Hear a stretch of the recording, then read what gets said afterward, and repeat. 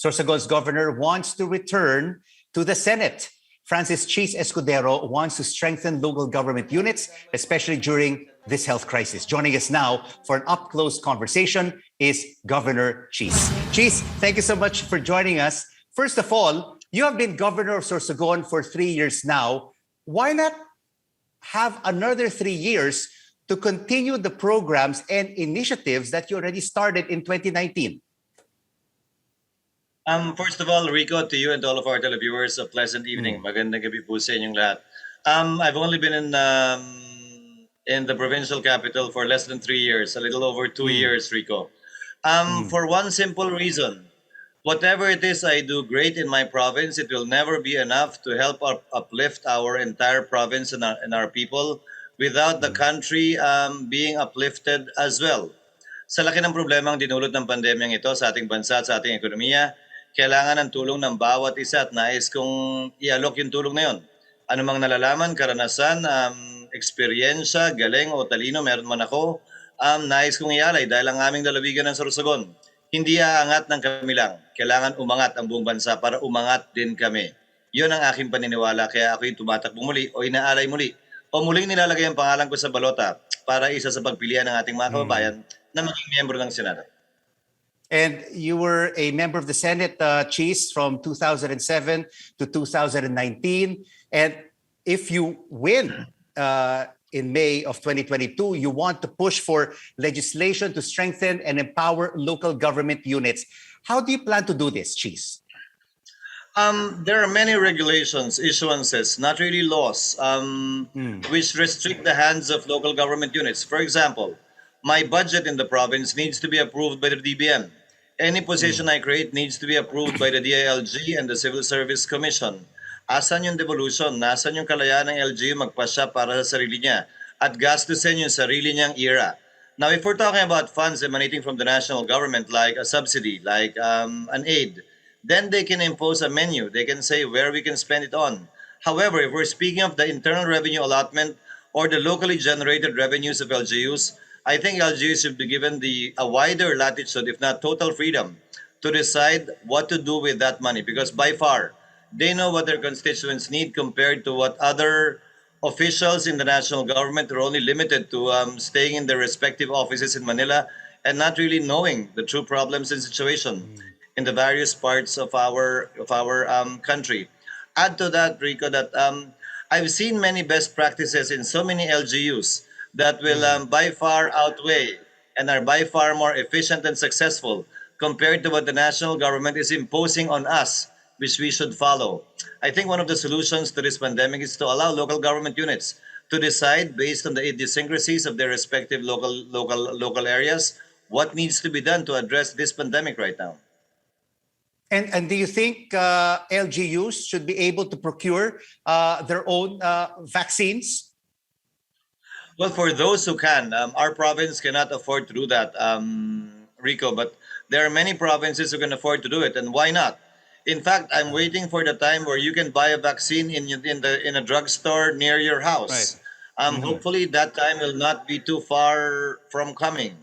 LGUs, private companies, it took a while before government was even able to allow private companies to buy using their own money and even ask that 50% be donated. Probably the private sector may have been more efficient in terms of procuring and even rolling out the vaccines that they themselves will be purchasing. And Chiz, you also want to solve the economic and public health problems of the country. How do you plan to fight this pandemic through legislation? The most important piece of legislation Congress, any member of Congress, the House or the Senate should pass would be the Yearly General Appropriations Act. That is the most important law that they will pass, and that's an instrument by which government acts and makes other people react. It dictates whether our economy will indeed grind or grind slowly or grind to a halt. I have been fortunate. I've been the finance chairman of the committee of the committee in the Senate, which handles the national budget.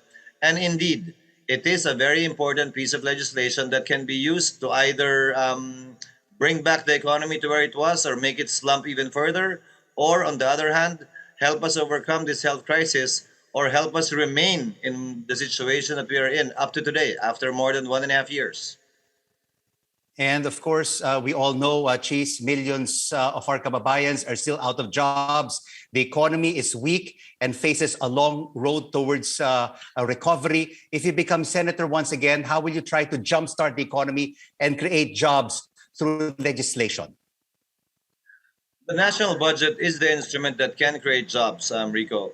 Number one, by way of expenditure, they can create jobs, however temporary it may be. But if government spends enough, it will stimulate the private sector to engage in spending as well, which will provide jobs as well.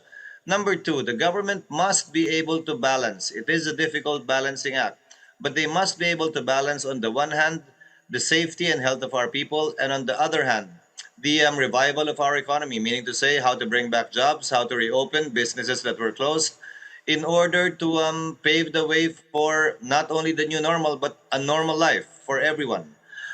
Hopefully, Rico, so far the researches on a cure has been very positive, and by middle of next year, we hope that indeed their projections are correct, that a cure will be available. In which case, it will be like your other diseases, hypertension, then you eat lechon, Rico, and then drink your pill. Diabetes, then eat your cake and ice cream, and then drink your pill. Same is true here. Instead of vaccinating 110 million Filipinos, we would only be providing medicine to those who would get sick, which is about 2% of our population. But of course, Chiz, we also have to make sure that the budget that is appropriated to the various government agencies has to be used properly. No graft and corruption. Everyone has to be held accountable, and there has to be transparency. Let's When start, this budget Rico, with is used. use. Let's start with use. There are many agencies whose absorptive capacity is very low. Congress allocated them a huge amount of money, but they were not able to spend it, or they did not spend it, either for some one or another bureaucratic reason or red tape reason. Number two would be, as you said, it should be spent properly. That's why, Rico, I am totally against the reason being used by government. I'm citing NDA, or a non-disclosure agreement, as a reason not to disclose at how much did we buy the vaccines that we procured. Because to my knowledge, Rico, government borrowed over 300 billion to procure vaccines. And the price of vaccines are in the website. The prices of vaccines are in the website of the WHO. In other countries, they publish it in newspapers and come out as news articles. But here in our country, and I believe in about 3 other countries, they're using the NDA as an excuse not to be transparent with respect to how government money, public money, was spent, specifically in buying the vaccines. And Chiz, let's talk about this provision of substitution in the Omnibus Election Code. And some critics are saying candidate substitution by political parties has been abused. What should be done by Congress in 2022? Historically, Rico, that was not a problem before, because the last day of filing has always been followed by the first day of campaigning the day after. But since we automated our elections, filing had to be made earlier, so that COMELEC can still print the ballots and put the names of all the candidates in the ballot.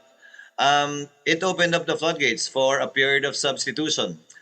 Two things can be done, Rico. One, do not allow voluntary substitution after the last day of filing. In other words, there can be substitution, but it should be involuntary, meaning if the candidate becomes incapacitated or decides to withdraw, or is killed or dies. But voluntary substitution and voluntary withdrawal may be prohibited or excluded from the law, to avoid situations where we see that the last day of filing is being there's a mockery with respect to the period for filing certificates of candidacy. They simply file without even being serious in filing, simply to fill in the gap or warm the chair for someone else. In a way, it's a circumvention of the provisions of the law providing for a period for filing of certificates of candidacy. And Chiz, a lot of issues to talk about, but let's jump to you running for senator, and you're a guest candidate on the rosters of several presidential aspirants, VP Leni Robredo, Senator Ping Lacson, Manny Pacquiao, to name a few. Does it help your cause to be a guest candidate of many lineups instead of just one party? One group. Um, Rico, sino mang kandidato na kulang ang makinarya, kulang ang pera na maglunsad ng kampanya sa buong bansa, malaking bagay na maisali ka, maampon ka, ma-adapt ka, at may mag-alok ng tulong sa'yo. Kahit sino siguro tumatakbo na may nag-alok ng tulong, hindi naman tatanggihan nyo ng sino mang kumakandidato. Basta't walang hinihiling na kapalit, na prinsipyo o paniniwala mo. But Rico, on the other hand, I also see it as a positive step. A positive step because if presidential candidates who are competing right now can agree and can find common ground with 1, 2, 3, or 4 or 5 candidates or several local candidates, then probably there's also a possibility that after the elections, whoever wins, they can also find common ground and come to agreement with respect to fighting for the interests of over 110 million Filipinos. I have to ask you this question, Chiz, no, because your late father was a part of the Marcos administration. If Bongbong Marcos asks you to be a guest candidate in his senatorial slate, will you agree? First of all, Rico, like I said, sino man mag-aalok ng tulong na walang hinihiling na kapalit, walang rason para sino man tumanggi. But if the premise is I will automatically agree because my father served as minister of former President Marcos, I hope to remind our televiewers too that I also ran against Bongbong in the 2016 elections for vice president. So that would have nothing to do with it. The only reason, if at all, would be the fact that I am a nobody to refuse or say no to someone offering help and who is not asking for anything in return. All right, we will continue our up-close conversation with Governor Chiz Escudero after this short break. Keep it right here on CNN Philippines. News you can use, news you can trust. Welcome back to the final word on CNN Philippines. I'm Rico Hizon. Let's continue our discussion with Sorsogon Governor Chiz Escudero. Chiz, we have 6 questions for you, but you only have to answer them with a yes or a no, and no explanation is needed. Okay? I'm putting you on the spot. Here's the first question. Do you favor easier public access to the statement of assets, liabilities, and net worth of the President, Vice President, and the members of Congress? Yes. Do you support lifting foreign ownership limits in the Constitution? No. Do you favor the reimposition of the death penalty for drug-related crimes? No. Should a sitting president be allowed to run for vice president in the next election? Yes. Chiz? I can't Yes? explain now, but yes, No, you because can't it's not explain. So it's a prohibited yes. right now. Okay. Do you favor? You thought about that for a number of seconds there. Do you favor resuming peace talks with the communist rebels? Yes. And should the country be more aggressive in protecting its maritime interests in the West Philippine Sea? Definitely. Yes. And finally, Chiz, before we end our up-close conversation, a final message for our kababayans who are thinking right now if they should vote for you or not vote for you and return you to the Senate in the May 2022 elections. So I can't use this to explain my yes and no answers? No? Final message. Chiz. Sa bigat at laki ng problema ng ating bansa, bawat isa sa atin, anuman ang kakayahan, anuman ang talento, anuman ang karanasan, anuman ang galing, dapat ialay yon para sa bayan, bilang public official man o bilang pribadong mamamayan. Sa parte ko, naging buhay ko na sa matagal na panahon ng pagiging public servant. At ito ang nalalaman kong gawin at pwede kong maiambag sa ating bansa. Kaya muli ko nilagay ang pangalan ko sa balota para isa sa pagpilian ng ating mga kababayan na maging miyembro muli ng Senado para maiambag, maitulong, maialok kung anumang nalalaman ko at pwede kong gawin, hindi lamang para sa aming lalawigan bilang gobernador ngayon, pero para sa buong bansa at sa ating mga kababayan. Sorsogon Governor Chiz Escudero, thank you so much for joining us on The Final Word. Maraming salamat, Rico. Thank you. Good evening.